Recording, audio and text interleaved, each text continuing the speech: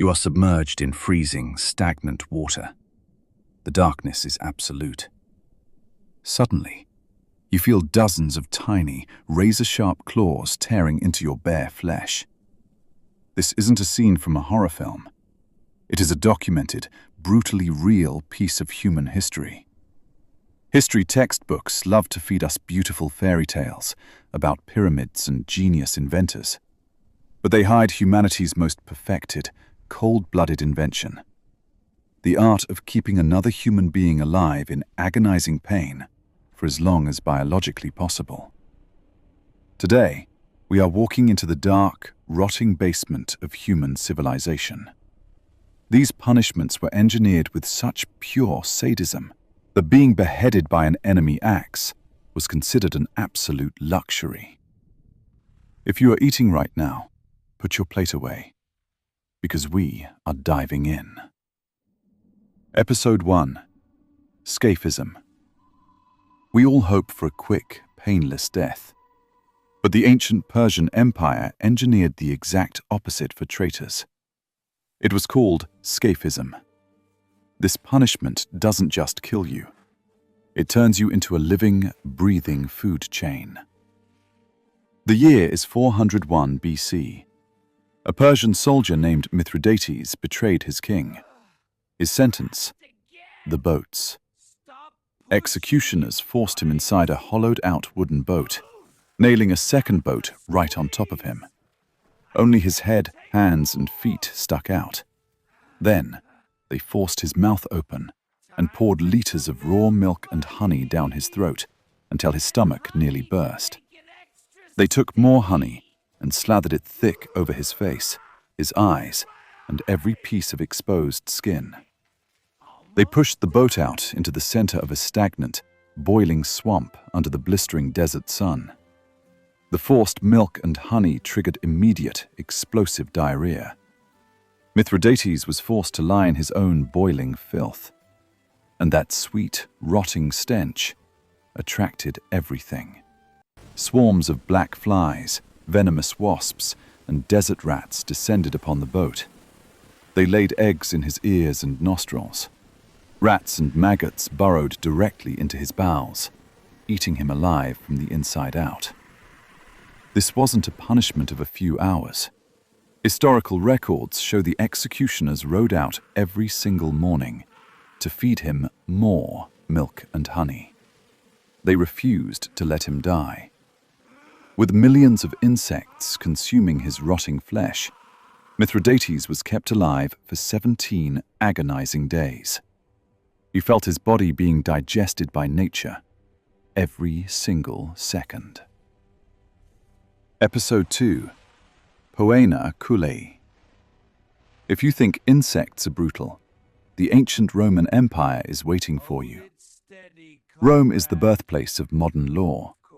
But if you murdered a family member, Roman law had a theatrical, mind-bending execution waiting for you. It was called Poena Cullei, the penalty of the sack. Executioners shoved the murderer into a massive sack made of thick bull leather. But they weren't going in alone. The guards threw in 4 live companions: a rabid dog, a venomous viper, a rooster, and a monkey. They sewed the sack completely shut and tossed it into the deep ocean. Imagine it. The heavy sack sinks. Freezing salt water rushes in. In total darkness and absolute panic, 5 completely different species are trapped together, fighting for air. The dog bites. The drowning viper strikes wildly, injecting venom into the dark. The monkey's claws tear the murderer's face to shreds, while the rooster pecks at his eyes. Long before the criminal actually drowned, he was ripped to pieces in a suffocating, underwater meat grinder. Episode 3. The Oubliette. What is humanity's greatest fear? Isolation, darkness, and being buried alive. Deep beneath the wealthiest castles of Europe lay a dungeon unlike any other. The French called it the Oubliette. It translates to the forgotten place. This wasn't a wide prison cell. It was a narrow, pitch-black stone tube carved straight into the earth. The victim was dropped down through a hole in the ceiling, and a heavy iron grate was slammed shut and locked above them. No trial, no executioner. They just forgot you existed. There was no light, no fresh air, and absolutely no room to sit down or sleep. You had to stand in total darkness, waiting to starve. But hunger wasn't the ultimate horror. When you were first dropped into that pitch-black tube, you realized the floor beneath your bare feet was soft, squishy, and reeking of decay. You were standing directly on the rotting corpse of the prisoner who was dropped in before you. You had to stand on their shattered ribs and skulls, knowing that soon someone else would be standing on yours. In the year 1900, workers renovating Leap Castle in Ireland discovered a hidden wall. Behind it lay a massive oubliette. What did they find inside? It was so overflowing with human skeletons, it took 3 entire horse-drawn carts to haul the bones away. Hundreds of people, buried alive in the walls, driven completely insane in the dark. Episode 4. The Emperor's Toy. Let us leave Europe and travel to 19th century India, the Mughal Empire. If you defied the king here, you didn't just hang. You became a public spectacle, starring the largest land mammal on Earth. Crushing by elephant was the ultimate psychological weapon. It proved the emperor could control even the wildest forces of nature. The criminal was dragged into the center of a massive cheering crowd. A 3-ton Asian elephant was led out, guided by an executioner holding a sharp metal hook. Under Emperor Jahangir, this wasn't a quick stomp to the head. The elephant was highly trained to torture. First, the massive beast would step gently onto the victim's right leg, applying pressure until the bones snapped with a sickening crunch. The screams echoed across the plaza. The elephant took its time. Following the executioner's commands, it systematically shattered the victim's left leg, then the arms, then the pelvis. The criminal was forced to stay conscious, watching his own body turn into a bloody pulp. Only when the emperor finally nodded his head did the elephant step directly onto the victim's skull, ending the show. Episode 5. The Rat Tube. If an elephant is a public theater, our final punishment is a claustrophobic, psychological nightmare. It involves nature's smartest, most relentless scavengers. Rats. The year is 1568, the 80 Years' War.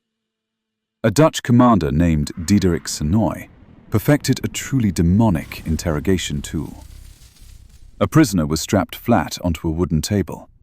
The guards placed a large, starving, aggressive rat directly onto the prisoner's bare stomach and covered it with a heavy clay bowl. At first, the rat just squeaks, looking for an exit. But then, the guards pile burning hot coals on top of the bowl. The clay turns red hot. The oxygen disappears. The rat, baking alive in a miniature oven, goes into a pure panic. The clay is too hard to dig through, but the soft, warm human stomach below it, that is an escape route. The rat uses its razor-sharp teeth and claws to rip through the victim's flesh, burrowing deep into their intestines to escape the heat. But human depravity did not stay in the Middle Ages. Fast forward to the 1970s, Chile. Under the dictatorship of Augusto Pinochet, the military modernized this nightmare into something called the rectoscope. They forced a long, narrow iron tube into the victim's most sensitive orifices, placed a live rat inside, and heated the end of the tube. The absolute worst part. As the rat chewed its way inward, military officers stood there calmly, asking the screaming victim for the names of their friends and political allies. Nobody stayed silent. Nobody. History is not just a collection of dates and facts. It is a brutal mirror. We sit in our warm houses, sipping coffee, scrolling through our phones. But never forget, the exact same DNA that built skyscrapers and modern medicine also built these cold-blooded chambers of hell. Monsters do not live in the woods. They wear tailored suits, they write the laws, and they sit in palaces. If you turn off the lights tonight and feel a sudden chill in the dark, it is not just your imagination. It is your instincts, remembering the pitch-black dungeons of our ancestors. Lock your doors, and I will see you in the next dark chapter of history.